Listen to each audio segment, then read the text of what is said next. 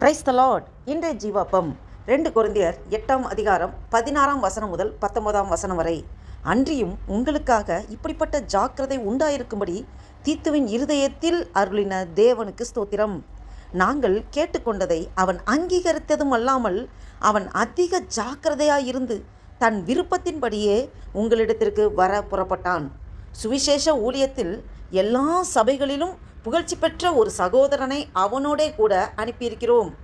அது மாத்திரமல்ல, கர்த்தருக்கு மகிமை உண்டாகவும் உங்கள் மன விருப்பம் விளங்கவும் எங்கள் ஊழியத்தினாலே சேர்க்கப்படும் தர்ம பணத்தை கொண்டு போகையில் எங்களுக்கு வழித்துணையாய் இருக்கும்படி அவன் சபைகளால் தெரிந்து ஏற்படுத்தப்பட்டவனாயும் இருக்கிறான். ஆமேன், அல்லேலூயா.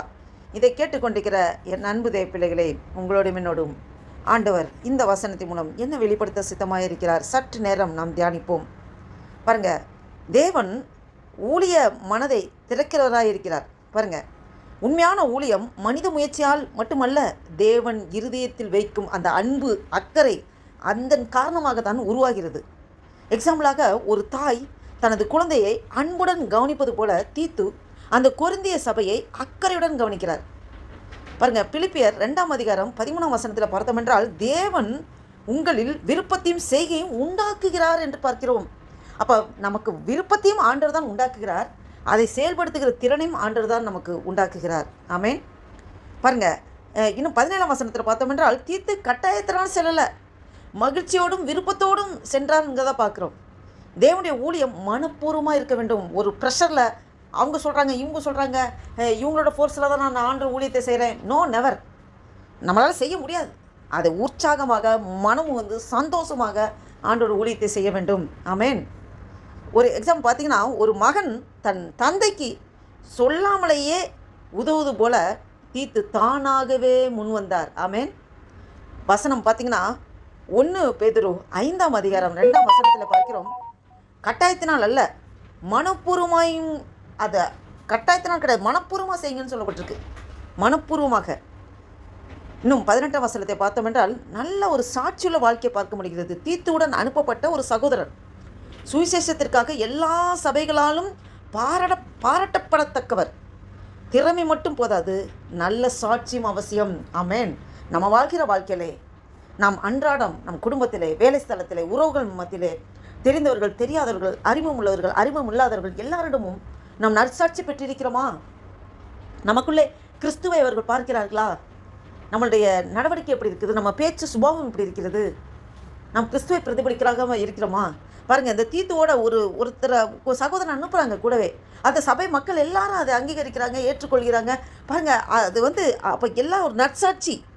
அது எல்லா சபைகளாலும் பாராட்டப்படத்தக்கவராக இந்த சகோதரன் இருக்காங்க, ஒரு நற்சாட்சி பெற்றவங்களாக இருக்காங்க. நம்முடைய வாழ்க்கை ஒவ்வொருவரும் நாம் இந்த நேரம் நாம் க்ளோஸாக நாம் அப்சர்வ் பண்ணுகிற சமயம் நம்மளுடைய வாழ்க்கையை சிந்திப்போம். இதை கேட்டுக்கொண்டிருக்கிற நண்பு தேவர்களே, நம்முடைய வாழ்க்கை எப்படி இருக்கிறது? நம்மளை மற்றவர்கள் என்ன நினைக்கிறார்கள்? நம்மகிட்ட பேசினா அவங்களுக்கு என்ன மாதிரி அவங்களுக்கு ஃபீலிங் இருக்கிறது? நாம் கிறிஸ்துவை வெளிப்படுத்துவர்களாக இருக்கிறோமா? நாம் சற்று நேரம் தியானிப்போம். பாருங்கள், நேர்மையாக வாழும் ஆசிரியரை அனைவரும் மதிப்பார்கள் இல்லையா? அப்போ தேவனுடைய ஊழியக்காரரும் நல்ல நற்பெயருடன் இருக்க வேண்டும். ஆமேன். 1 தீமோத்தேயு 3ஆம் அதிகாரம் 7ஆம் வசனத்தில் பார்க்கிறோம், வெளியாரிடத்திலும் நல்ல சாட்சி உள்ளனாக இருக்க வேண்டும். நாம் சும்மா வெளியில் நமக்கு நம் வெளிப்புறம் இந்த உலக மனிதர்களோடு பழகும்போது அவங்ககிட்ட நாம் நற்சாட்சி பெற வேண்டும். அது உண்மையாலுமே அதுதான் கர்த்தர் நாமம் மகிமைப்படுகிறதாக இருக்கும். இன்னும் 19ஆம் வசனத்தில் பார்த்தோம் என்றால், அந்த வெளிப்படையான நிர்வாகத்தை பார்க்க முடிகிறது. காணிக்கை சேவையில் குற்றஞ்சாட்டு வராதபடி சபைகள் ஒரு சகோதரனை நியமிக்கப்பட்டிருக்காங்க. அப்போ தேவனுடைய பணியில் நேர்மையும் வெளிப்படைத்தன்மையும் மிக மிக அவசியம். ஒரு வங்கியில், அதாவது ஒரு பேங்க்கில் 2 பேர் சேர்ந்து பணத்தை எண்ணுவது போல தேவனுடைய பணமும் நம்பிக்கையுடன் நடத்தப்பட வேண்டும். ஆமேன். பாருங்கள், நீதிமொழிகள் 3ஆம் அதிகாரம் 4ஆம் வசனத்தில் பார்க்கிறோம், தேவனுக்கும் மனிதருக்கும் முன்பாக நன்மதிப்பை பெறுவாய் என்று சொல்லப்பட்டிருக்கிறது. நாம் இதிலிருந்து என்ன நாம் தெரிந்து கொள்கிறோம்? தேவன் ஊழிய இருதயத்தை நமக்கு தருகிறதா இருக்கிறார். ஊழியம் விருப்பத்தோடு மகிழ்ச்சியோடு செய்யப்பட வேண்டும் என்று ஆண்டவர் நமக்கு வலியுறுத்துகிறார். நல்ல சாட்சி ஊழியத்தின் ஒரு அழகாக இருக்கிறது. தேவனுடைய அந்த ஊழிய வேலையிலே நாம் நேர்மையாக வெளிப்படைத்தன்மையாக நாம் அதை கண்ணுங்கருத்துமாக நாம் காக்க வேண்டும். இந்த 4 வசனங்களும் தேவனுக்கு பிரியமான ஊழியக்காரன் எப்படிப்பட்டவராக இருக்க வேண்டும் என்பதை அழகாக தெளிவாக விவரித்து காட்டுகிறது. இதை கேட்டுக்கொண்டிருக்கிற என் அன்பு தேவ பிள்ளைகளே, உங்களோடும் என்னோடும் ஆண்டவர் பேசிக்கொண்டிருக்கிறார். நாம் ஒவ்வொருவரும் ஊழியத்திற்காக அழைக்கப்பட்டவர்கள். ஒவ்வொருவரும் தேவனை அறிந்த பிள்ளைகள் ஒவ்வொருவரும் ஊழியத்துக்கென்று அழைக்கப்பட்டவர்கள். நாம் ஆண்டவருக்காக எந்த விதத்திலேயாவது ஊழியம் செய்ய வேண்டும். அதை உண்மையாய் செய்ய வேண்டும், அதை மனப்பூர்வமாய் செய்ய வேண்டும், உற்சாகத்தோடு செய்ய வேண்டும்.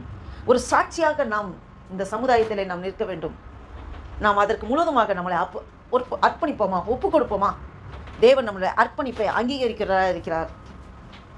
இந்த ஜப சிந்தனையோடு ஒரு புதிய நாளைக்குள் ஆண்டவர் நம்ம நடத்தி கொண்டு வந்திருக்கிற தேவனுக்கு நன்றி செலுத்தி ஆண்டவர் நோக்கி பார்த்து ஜபம் செய்வோம். அன்பும் இரக்கம் நிறைந்த பரம தகப்பனே, நன்றியோடு துதிக்கிறோம் ஐயா. துதிகள் மத்தியில் வாசம் செய்கிற தேவனே, நன்றியோடு துதிக்கிறோம் ஆண்டவரே. இந்த அருமையான நாளைக்காக நன்றி செலுத்துகிறோம் ஆண்டவரே. அப்போ அந்த 2026 வருஷத்தின் ஆண்டவரே 7வது மாதமாகிய ஆண்டவரே ஜூலை மாதத்தின் ஆண்டவரே அப்பா ஸ்தோத்திர கர்த்தாவே 20ஆம் தேதியை காண கிருபை செய்த தேவனே, உமக்கு கொடான கொடி ஸ்தோத்திரம் ஐயா. நன்றி தகப்பனே. ஆண்டவரே, இந்த ஒரு புதிய நாளைக்குள் எங்களை நடத்தி கொண்டு வந்திருக்கிறப்பா. நன்றி தகப்பனே. தாயின் கர்ப்பத்தில் உருவாகும் முன்னே எங்களை முன்குறித்து அழைத்து வேறுவிரித்து உம்முடைய பிள்ளையாய் எங்களை அப்பா நீர் ஆண்டவரே அப்பா இதுவரைக்கும் நடத்தி கொண்டு வந்திருக்கிறீர். ஸ்தோத்திரம் ஆண்டவரே. இந்த புதிய நாளில் கைட்டு செய்கிற எல்லா வேலையும் எஸ்அப்பா உம்முடைய கரம் கூட வந்து நடத்துகிற கிருபைக்காய் ஸ்தோத்திரம். எங்கள் சுயமெல்லாம் சாம்பலாய் மாறட்டும் ஆண்டவரே. எங்களை எந்த நோக்கத்துக்காக உருவாக்கினீரோ படைத்தீரோ உம்முடைய சித்தம் எங்கள் வாழ்க்கையில் நிறைவேறட்டும் ஆண்டவரே. எங்கள் சுயமெல்லாம் சாம்பலாய் மாறட்டும் ஐயா. ஆண்டவரே, எங்களே முற்றிலுமாய் தாழ்த்தி ஒப்பு கொடுக்கிறோம், அர்ப்பணிக்கிறோம். இந்த வீடியோவை கேட்டுக்கொண்டிருக்க பார்த்து கொண்டிருக்க ஒவ்வொருவரையும் ஆண்டவரே அபரிவிதமாக நீங்கள் ஆசீர்வதிக்கிற கிருபைக்காய் ஸ்தோத்திரம் ஆண்டவரே. நன்றி தகப்பனே. எங்களே தாழ்த்தி ஒப்பு கொடுக்கிறோம், அர்ப்பணிக்கிறோம். உடைய நாமும் ஒன்றே மகிமைப்படட்டும். ஆசீர்வதிங்க, பலப்படுத்துங்க. இயேசு கிறிஸ்துவின் நாமத்தினாலே ஜெபிக்கிறோம் ஜீவனுள்ள எங்கள் நல்ல பிதாவே. ஆமேன், ஆமேன். Praise the lord. Thank you Jesus.